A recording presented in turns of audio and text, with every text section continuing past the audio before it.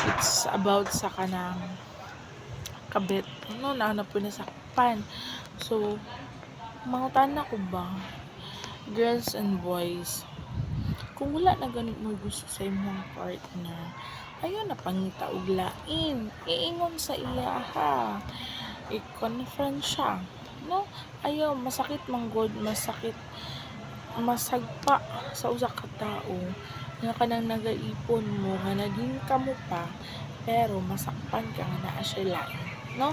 So pero pero kung kaya pagod ninyo ayuson ang inyong relasyon duha, namo gid time nga mag-away, no? So mag-away, syempre mag-away ang partner, so normal lang gid na siya, pero ayaw pangita og comfort sa lain, no?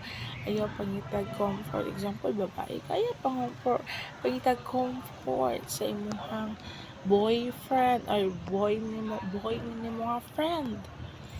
Ayaw pangitag comfort sa uban, kaya nga naman ug babae ka ug lalaki ka, ayaw pangitag comfort sa lalaki sa ubang lalaki, kaya nga naman diha nag-create ang pag ma-comfort naman gud ka, murag lami na sa imong paminaw nga i-comfort ko niya, so ma-develop lugar ka.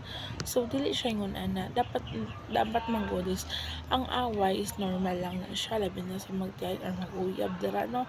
So normal lang na siya nga away. So ang inyong himuon, usan nyo kay himuon, kanang pag maging okay na gud nyo kasing-kasing, istoryahon ninyo, pero take note guys, ayaw ninyo paabtag ugma, kaya nga no, pag maugmaan nimo ang away, matingalan na lang ka cold na kayo mong duha nang maglibog ka sa nimo siya, so cold na, wala na, diba? So the best nimo himuon is i-talk siya pag okay na imong heart, I mean pag pag kanang nahuwasan na ka sa imong kasuko, then take note guys, ayaw po pag istorya o mga sakit pag nasuko ka, no?